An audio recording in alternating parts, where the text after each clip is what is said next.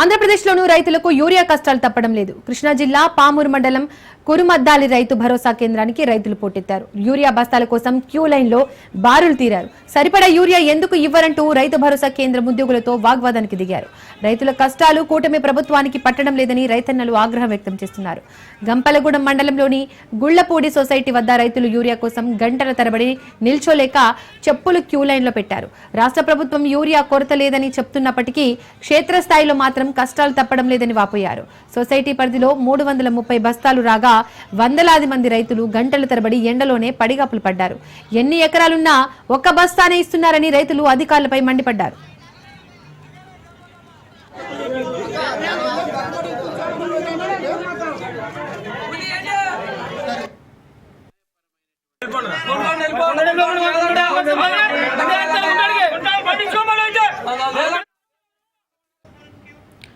ఆంధ్రప్రదేశ్లో యూరియా కష్టాలకు సంబంధించి మోర్ డీటెయిల్స్ మా ప్రతినిధి శ్రీనివాస్ అందిస్తారు. శ్రీనివాస్,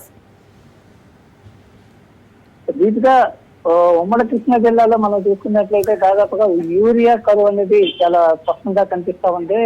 యూరియా అందుకునేందుకు రైతులకు సరిపడేంత యూరియా ఇచ్చే విషయంలో కూడా ప్రభుత్వం అంటే ఉన్నంత వరకు అందరికీ పంపిణీ చేస్తున్నప్పటికీ కూడా చాలా వరకు కొరత అనేది ఏర్పడుతున్నట్లు రైతులు ఎదుర్కొంటున్నటువంటి ఇబ్బందుల వల్ల మనకు తెలుస్తా ఉంది. ముఖ్యంగా ఏంటంటే ఎన్టీఆర్ జిల్లా, కృష్ణా జిల్లా రెండు జిల్లాలు మనం చూసుకున్నట్లయితే ఎన్టీఆర్ జిల్లాకు వస్తే తిరువూరు నియోజకవర్గంలో క్యూ లైన్లు అంటే రైతులు ఒక పక్క ఎండలు కూడా ఉన్న సమయంలో యూరియా బస్తాల కోసం ఉదయం నుంచి రాత్రి వరకు పడిగాపులు రైతు భరోసా కేంద్రాల వద్ద పడిగాపులు కాస్తా ఉన్నారు.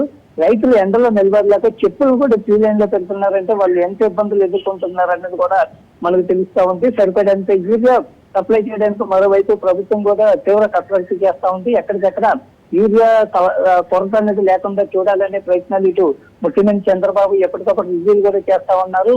మరోవైపు మనం పామర్ నియోజకవర్గంలో చూస్తున్నట్లయితే కురుమద్దాలి రైతు భరోసా కేంద్రానికి భారీగా గత 4-5 రోజుల నుంచి కూడా భారీగా రైతులు యూరియా బస్తాల కోసం క్యూ లైన్ లో ఎదురు చూస్తా ఉన్న పరిస్థితి అయితే నెలకొంది. ఒక్క యూరియా బస్తాన్ని ఇవ్వడంతో రైతులు ఆందోళన చేస్తా ఉన్నారు. సరిపడా యూరియా ఎందుకు ఇవ్వడం లేదని కూడా అక్కడ ఉన్నటువంటి భరోసా కేంద్రం ఉద్యోగులతో రైతులు వాగ్వాదానికి దిగిన సందర్భాలు అయితే ఇప్పటి వరకు ఉన్నాయి. సరిపడా యూరియా ఇవ్వాలంటూ కూడా రైతులు అన్ని చోట్ల ఉమ్మడి కృష్ణా జిల్లాలో ఎక్కడైతే యూరియా నీడ్ అనేది ఉందో అట్లాగే రాష్ట్ర వ్యాప్తంగా చూసుకున్నట్లయితే అన్ని చోట్ల కూడా పూర్తి స్థాయిలో యూరియా సప్లై చేయాలని కూడా రైతులు డిమాండ్ చేస్తా ఉన్నారు.